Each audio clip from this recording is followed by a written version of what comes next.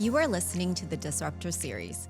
Our world is constantly evolving, and at the forefront of that change are women who dare to disrupt. I'm Jennifer Fields. And I'm Sydney Robertson. Join us as we bring you an exclusive look into the journeys of visionary female founders and influential corporate leaders.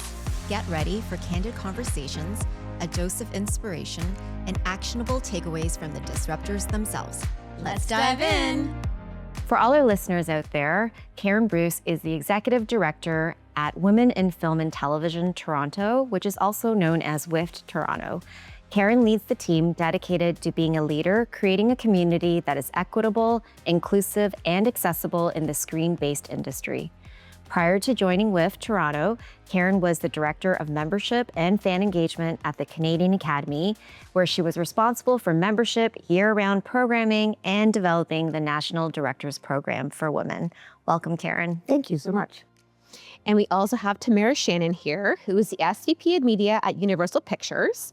As a Senior Vice President of Media at Universal Pictures, Tamara leads the strategic direction and execution of all marketing initiatives, ensuring best-in-class performance across a diverse portfolio of content from Universal Pictures and Focus Features. Her expertise spans the full spectrum of media, driving innovative campaigns that resonate with audiences and enhance brand visibility. Before joining Universal, Tamara held senior leadership positions at several prominent independent distributors, including Entertainment One, Think Film, and Lionsgate Films. In these roles, she successfully collaborated with Canadian filmmakers and industry leaders to elevate the profile of both local and international films in the Canadian landscape. Welcome, Tamara. Welcome. Thank you. Well, to get started, we'd love to hear your backstory and how each of you got to where you are today. Karen, we'll start with you. I know that you didn't necessarily have a traditional background in film and television. So how did you get to landing one of the best and most exhilarating industry jobs in Toronto? That's a great question. I definitely did not take the usual route, which is film school or university. I actually started as a volunteer. I worked in very different industries outside of film and television, but I always loved attending TIFF. And I started volunteering. And then after a few stints of other companies and backpacking around the world, I was lucky enough to be offered a contract position, which turned into a full-time position. And I was there for 10 years and really fell in love with working in the industry and really about supporting emerging talent. And that's an area of the industry that I continue to focus on, really be passionate about. So you've always had a love for film and television. Yes. I mean, I love the arts in general, but I love seeing other people accomplish their goals and passions and dreams. So it's like seeing someone coming out of film school that isn't quite sure what they want to do. Within 5 years, they've got a first feature film at a festival. Like, that's really inspiring, but also it's so great to watch the trajectory of people's careers as they evolve into what they want to be. And Tamara, how about you? How did you get into film and television? Very similar to Karen, I volunteered. So I also volunteered at TIFF. And then I volunteered at MGM when it was a distributor. I went to Ryerson for film school. And I did that for about 2 years. Once a week, you got paid nothing. So your hands were black, clipping reviews, articles, rolling out posters, phoning various coffee shops or bookstores to, display your poster, distribute passes. Loved it. And then through there, developed a network and got a job at what became Lionsgate Films, which was a great opportunity. And again, similar to Karen, worked very long hours for very little pay, but loved it because I loved movies. I love storytelling. I loved the pace of it, the excitement, learned a lot. And then through there,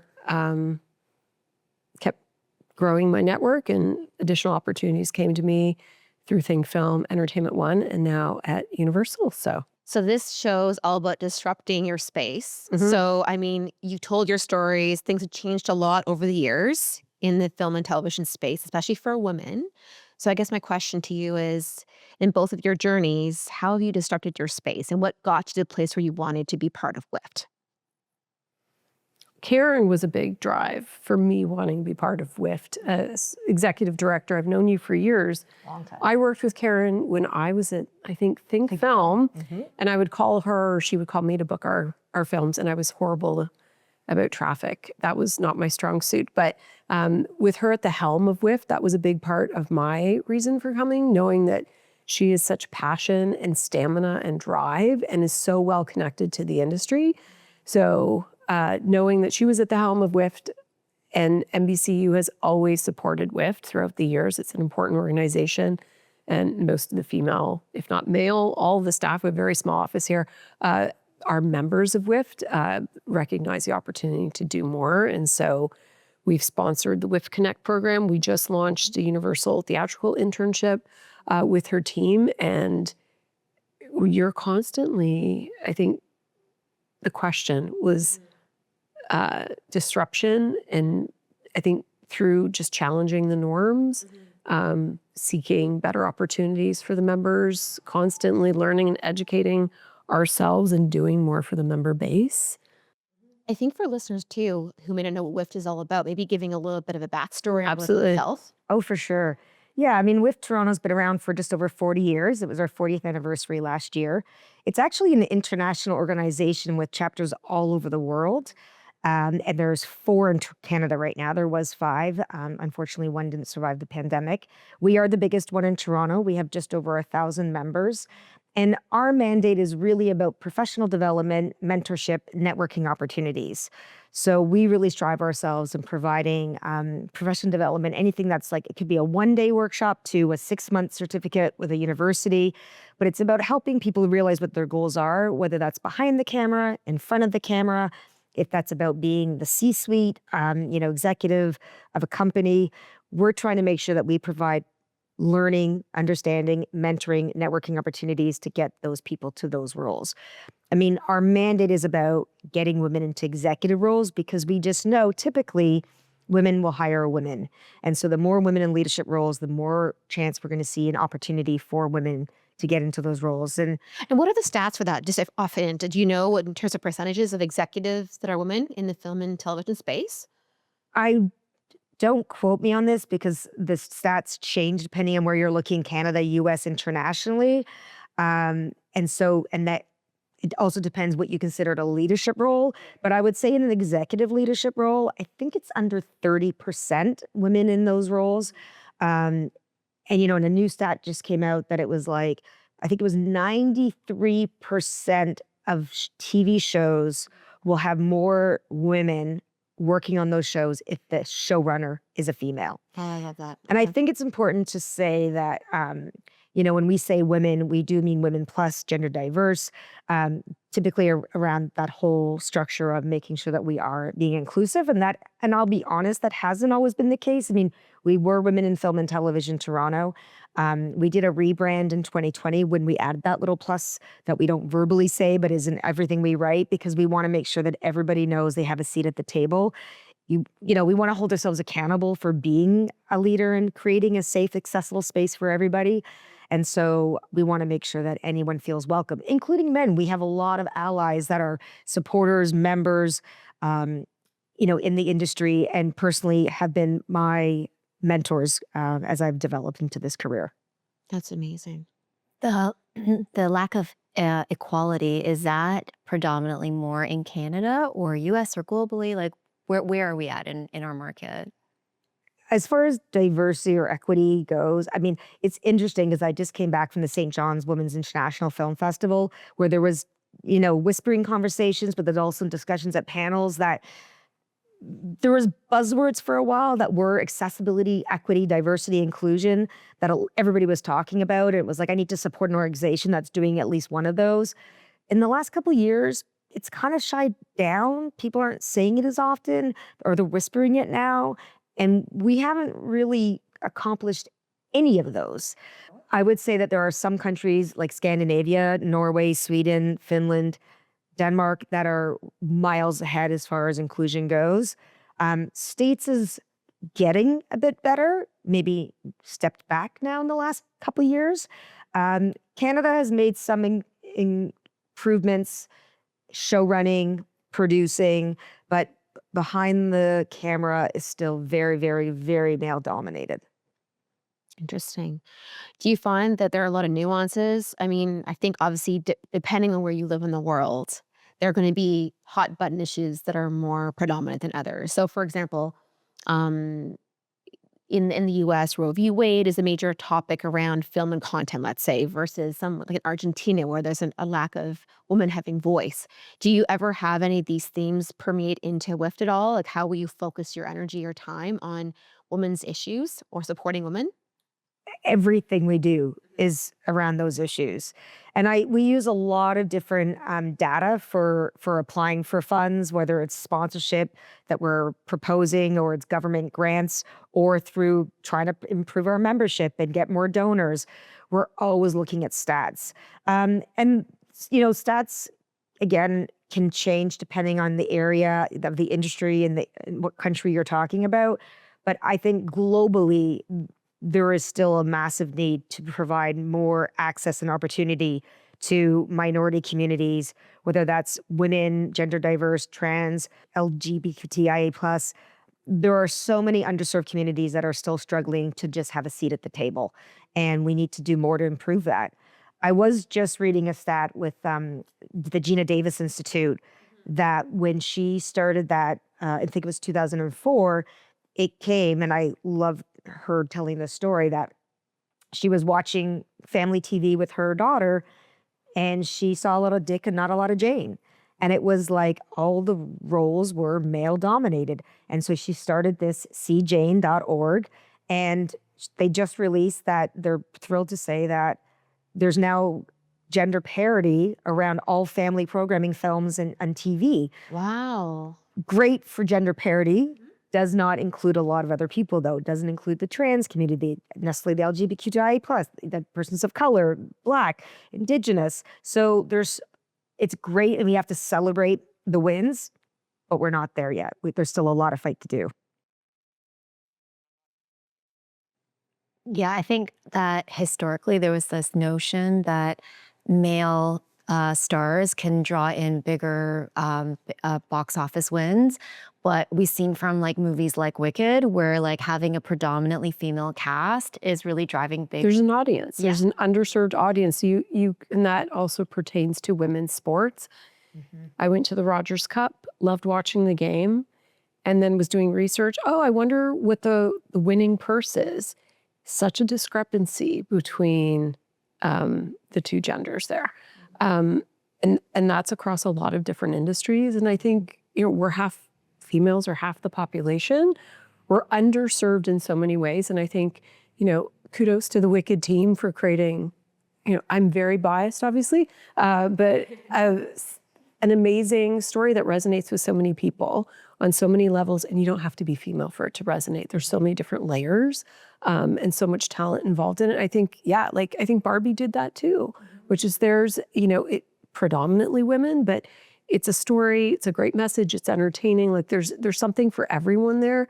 But that doesn't always work. Like, Madam Web was another example of something that didn't work, the female Ghostbusters. So I think there's a lot of different pieces that go into productions, any form of content or sports. It's got to entertain, it's got to appeal to a certain audience, and it's got to be good. And Wicked is really good. Barbie was great. Some of the other product, not so much. But the batting average for, I think, content geared towards women is much lower. So I think there's more of a microscope on us when things don't work, a bigger celebration when things do work compared to, I don't have the stats off the top of my head, but of all the shows, to what you're saying, all the movies, books, you name it, just much more male focused.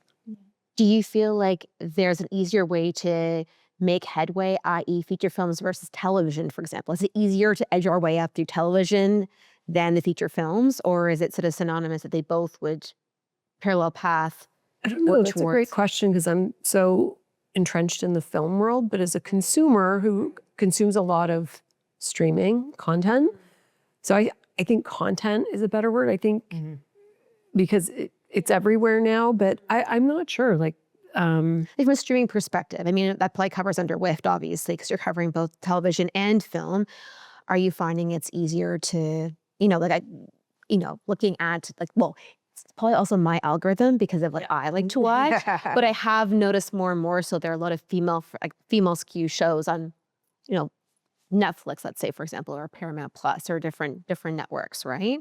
Yeah, I mean, you have to thank people like Shonda Rhimes, who's really, like talk about someone who's breaking that proverbial glass ceiling. But then you've got people like Kari Skogland, who's based, Canadian director, who's doing incredible work, started in film, doing TV, Catherine Bigelow. And I think we use now what's called screen-based media industry, because it's not just film or TV. There's also digital. There's gaming, there's so many layers of what people consume on a screen now, and what that screen looks like, whether it's your TV, your iPad, an 80-inch screen in your own entertainment, or going to the movie theater, which will always be the best place to watch a feature film. But, you've seen, organizations like TIFF that is literally called the Toronto International Film Festival, but they now screen TV as well, because Really? it's content. A lot of these streamers, they have great budgets to create really impressive movies and TVs. And, Canada is still very behind in the kind of money they can put behind series. So you're getting people making a film, and in Canada, 5 million might considered a big budget for a film. Well, some of the shows you're watching, they're a $20 million budget for one episode. So there is a big difference in the funds that are available or that people have access to in creating content. But as far as I think gender parity or talking about access and opportunity, films, anyone can make a film. I could take my iPhone right now and make a film and then decide who's going to be in it, what that story is. It doesn't necessarily mean I'm going to get a distributor to take it, and then you're going to see it in Scotland next week, but I can make a film. It's not as easy to make a show. You need broadcaster or streamer support. There's a showrunner that calls the shots on TV series, and that where in the film, it's really the director that makes those rules with producers who have to find the money and make sure that you stay on target. So there is a massive crossover, but there are still some differences as far as who has the power to say yay or nay and who gets to decide where that content is seen.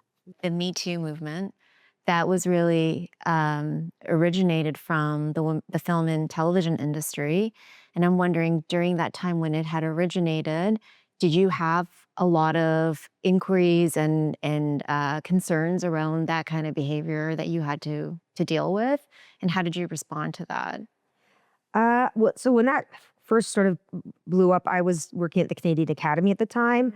And I think it was something that, no one was really surprised about. I mean, I don't know that you could work in this industry and not know it existed. So for my role at the Canadian Academy, what we did was we hired a company to do a focus group.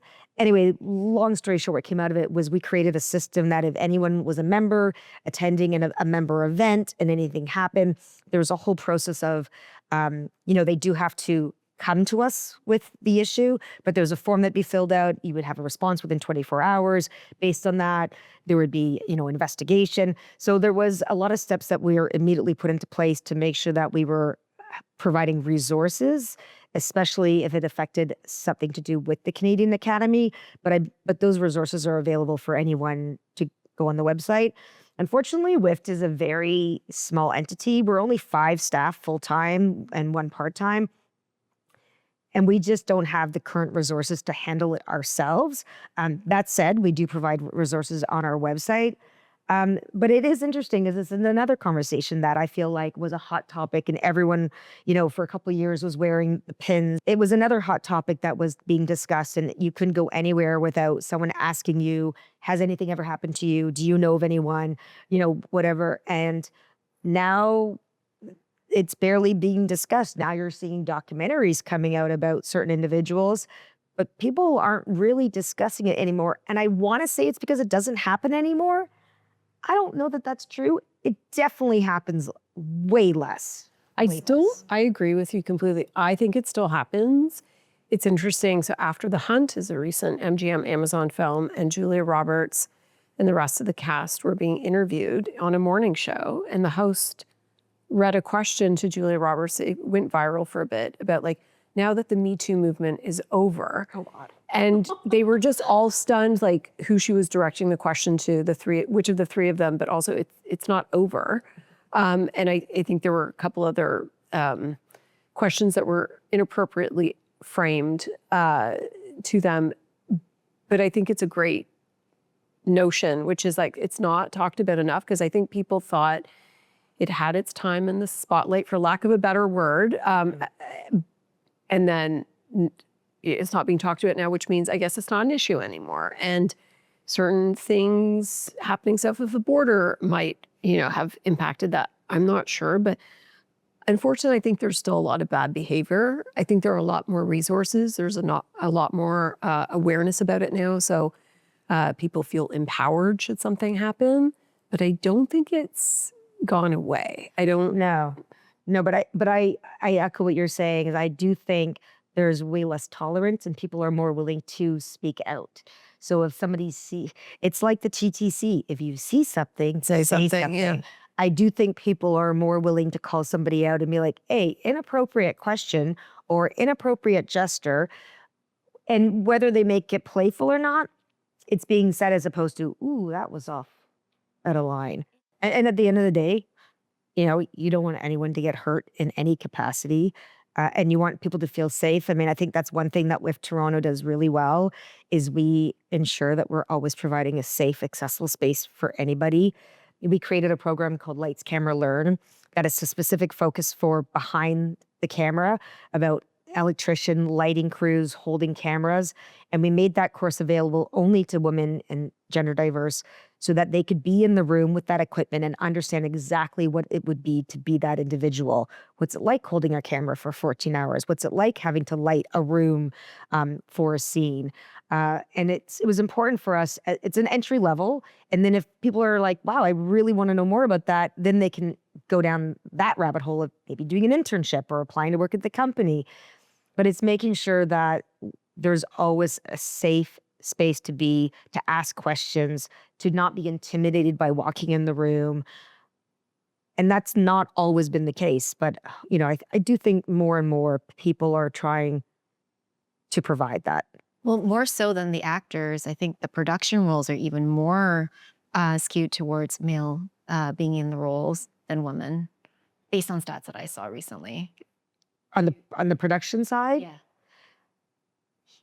Yes. I mean, I do think if you mean like producers, I actually do think we have much better numbers of female identifying producers in the industry and in Canada. I think where we lack, as I mentioned earlier, there's a lot behind the camera that is mostly male dominated. Oh, that's what I meant. Sorry, I consider that production. Is that not called production? Oh, so below the line. Oh, you guys call it below the line. Okay. It's all right. I'm No, learning. No, I think it's there's a whole Terminologies. Host of roles and departments and so forth. But yeah. Yes. So below the line, behind the camera, anyone you don't see on screen, that is very, very, very male dominated.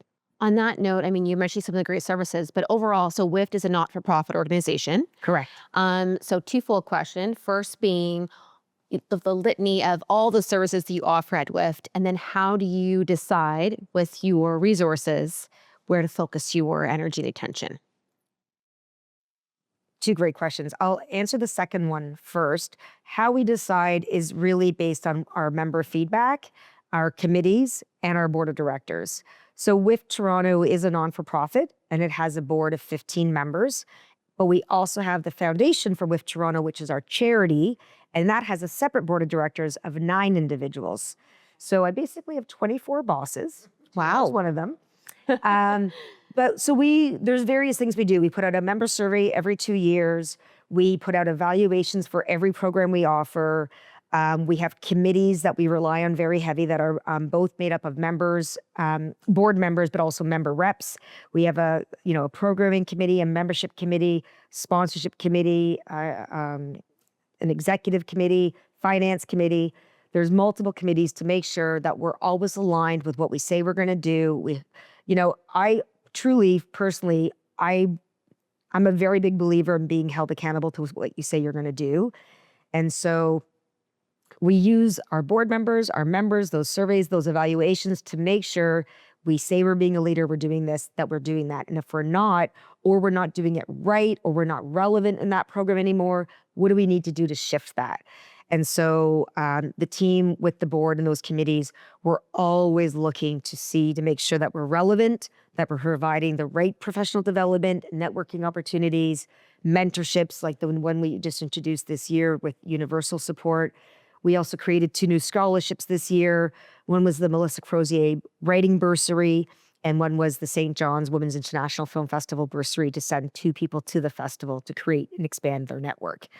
So we're always looking at ways to make sure that we service our members, to bring in more members, to bring in more donors, to bring in more sponsors, to make sure that we are still relevant and around in 20 years to continue doing this work.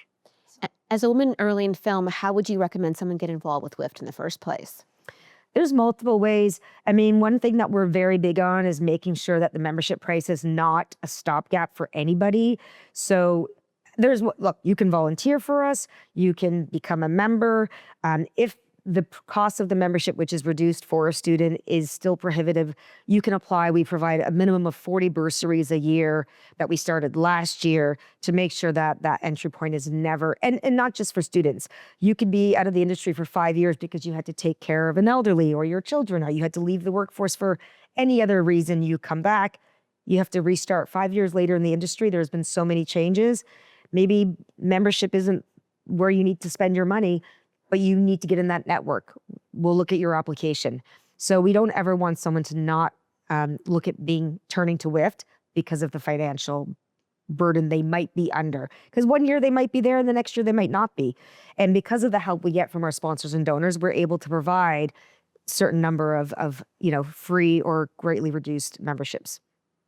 And professional development. For every program we offer that's a paid program, we offer at least 1 free spot for somebody. Also, some of the walk and talks are not. There are walk and talks. There are walk and talks. So throughout the warmer months, once a month, a couple of board members will gather at various places in Toronto and then just host a walk and talk for an hour. And so you show up, you don't have to be a member, and just looking to meet other people, make some connections. I've done it a couple times. It always feels awkward while you're waiting for people to gather and sort of check in. But the team at WIFT do a wonderful job of icebreakers. And then the goal is you can't stay with the same people the whole time. And you're not, try and make 3 different connections while you're there.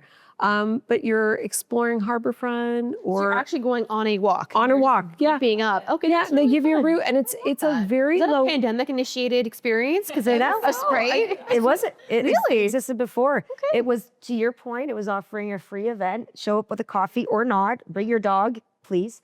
I brought my kids one time because I had no childcare, That's so yeah. And every month it's a different neighborhood, and it's always accessible by TTC or bike. Yeah. A healthy way to have a networking event. It's really low lift too, right? So again, to Karen's point about finding opportunities for all members and listening to them, and some of the programs or the membership might be cost prohibitive, but having this, once a month during the summers, and there are other events throughout the year. So many events. Karen's very busy. That provide an opportunity, and I think we've gotten some great feedback on the surveys from it. Oh, for sure. Yeah, I mean, I would say the biggest event that people join to attend is we throw a big party during TIFF every year. It's our annual reception at TIFF. We get about 1,200 people plus out to it. The last 3 years... It's a fundraiser? It's a fundraising event? It's not. We do at the same time have an auction going on. So it's not necessarily a fundraiser, but it is sort of also, because we do talk about fundraising at it. But it's really our opportunity to give back to our members, to say thank you for your support, to acknowledge and celebrate any of our members that have a project at the festival. And it's free if you're a member. So we do sell tickets if you're not in the industry or not a member, but it is our big thank you to our members that we do every year. We've done it for 22 years now. The last 3 years, we've been fortunate to have the mayor come out, who's a massive supporter of what we're doing. 2 years ago, we had the international actress Naomi Watts drop by to say a few words in support of the organization, which was great.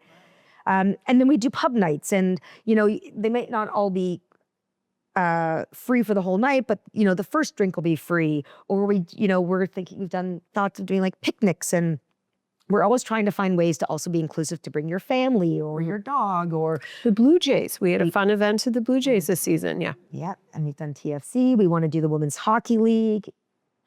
Are you looking for volunteer work, or are there other ways that people and companies can support?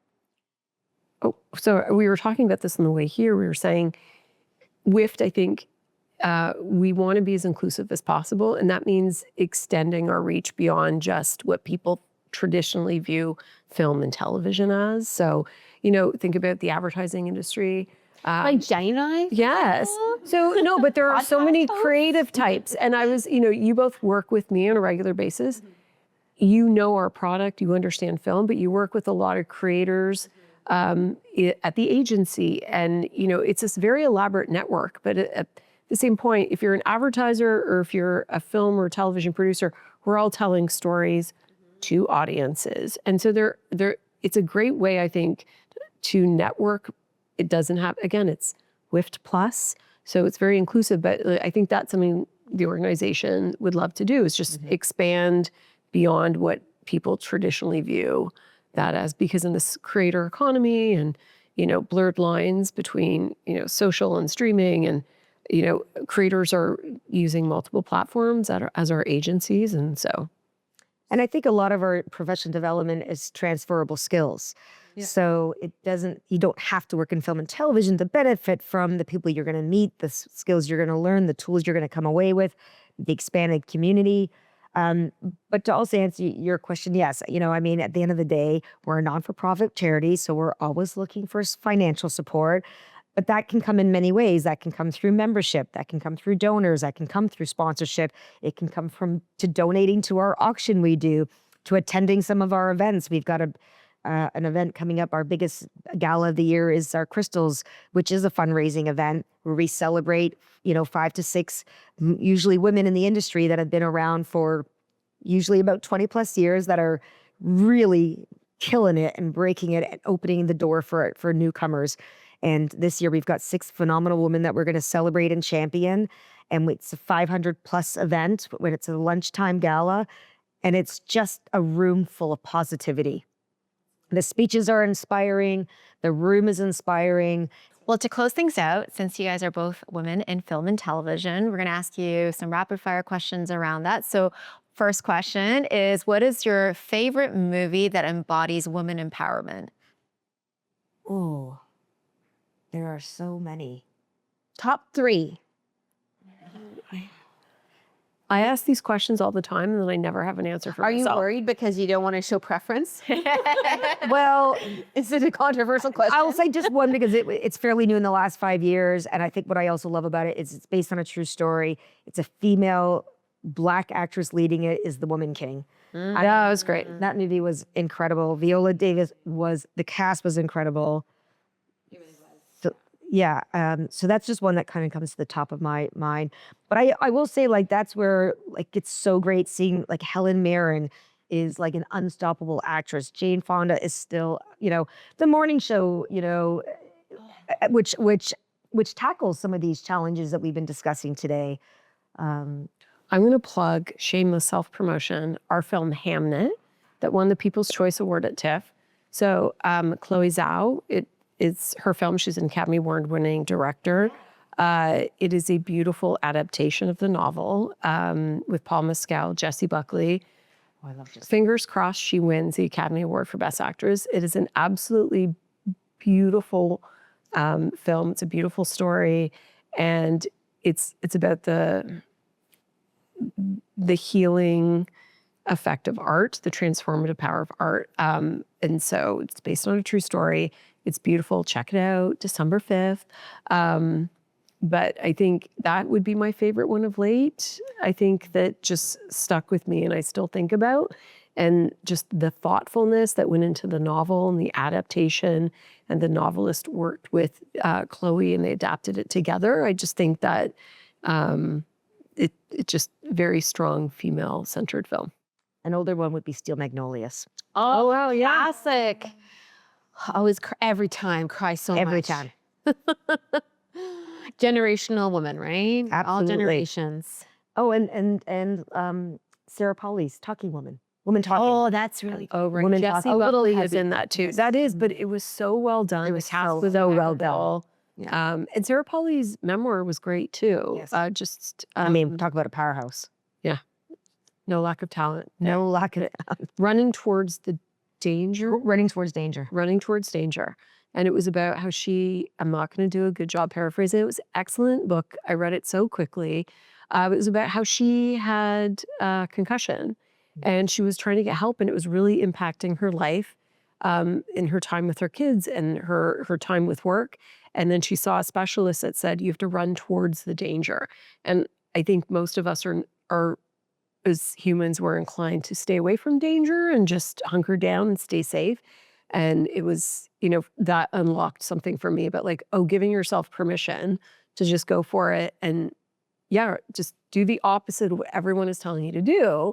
And it was so, I think, liberating for her and sharing her story. And it allowed her, I think, right after that, she adapted Women Talking and then shot it. So that's a great, she's great. Another question I have for you is, out of all the movies and TV shows that are out there, what is the main character that you think best reflects you? Oh, wow. That is, Helen Mirren, again, like I love that woman so much. I will watch anything she's in.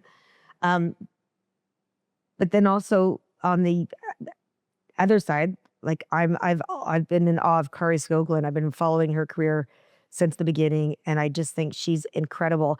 And I remember when I worked at TIFF, she was on a panel once, and someone asked her what it was like being a female director, in the 80s or 90s, and she's like, I know I'm a good director, and I don't need to be the best at all the other jobs because I'm good at my job. I have to surround myself with the people that are best at their jobs, and they have to know that I'm good at my job, so that we're all there for collectively making sure that we do the best to tell this story. And I always just thought, she's just a badass. I don't know her. You gotta share some good content. You should know her. You will definitely know her work. 50 Dead Men Walking was a feature film years ago with Jim Sturgis that was incredible, based on a true story, IRA. Amazing. Okay. How about you, Tamara? I'm sorry, I don't have an answer for that. I feel horrible. I just watch so much content. There's nothing that... It could be a fictitious character, like, for example, Frozen. I mean, I did want to be the girl in Tomb Raider just because I love traveling and adventure and I'm a bit of a risk taker. Laura Croft. I did want to be Laura Croft for a while. It could be Little Mermaid. It could be the girl from Brave. Oh, I mean, the girl from Brave. I mean, I want that hair. Yes. Wicked, I'd say. Yeah. Alphabeth. Yeah. There you go. Right? Just sort of, put herself out there to make change and Yeah. Yeah, I mean, I think it's like you want to be the strong character, but also you mentioned earlier, like have empathy. And I just want to be surrounded by animals all the time. It's a great question. I always have my answer for my favorite movies, always Harold and Maude, which is a late 70s film. I've only seen it like 5 times because I limit the amount. Like I will only screen it on special occasions or very rarely because I love it so much, but very simple story, complex characters, and just, it's a classic, but that's the one that just stays with me. Very strong female character in that. So thank you both so much for the candid conversation, learning more about your past and as well as the path forward for WIFT. So thank you so much for joining us today. Well, thank you for having us. And if you want to know more about WIFT, it's just WIFT.com, WIFT.com. And all the information about what we do, what we offer, and contact information is all there, including a link to donate. Okay, we'll add us the show notes. Thank you both. Thank you both. Thank you. Thanks for joining. We hope you're feeling as inspired as we are to shake things up and drive positive change. If you like what you heard, don't forget to subscribe and give us our show rating. We'll catch you on the next one.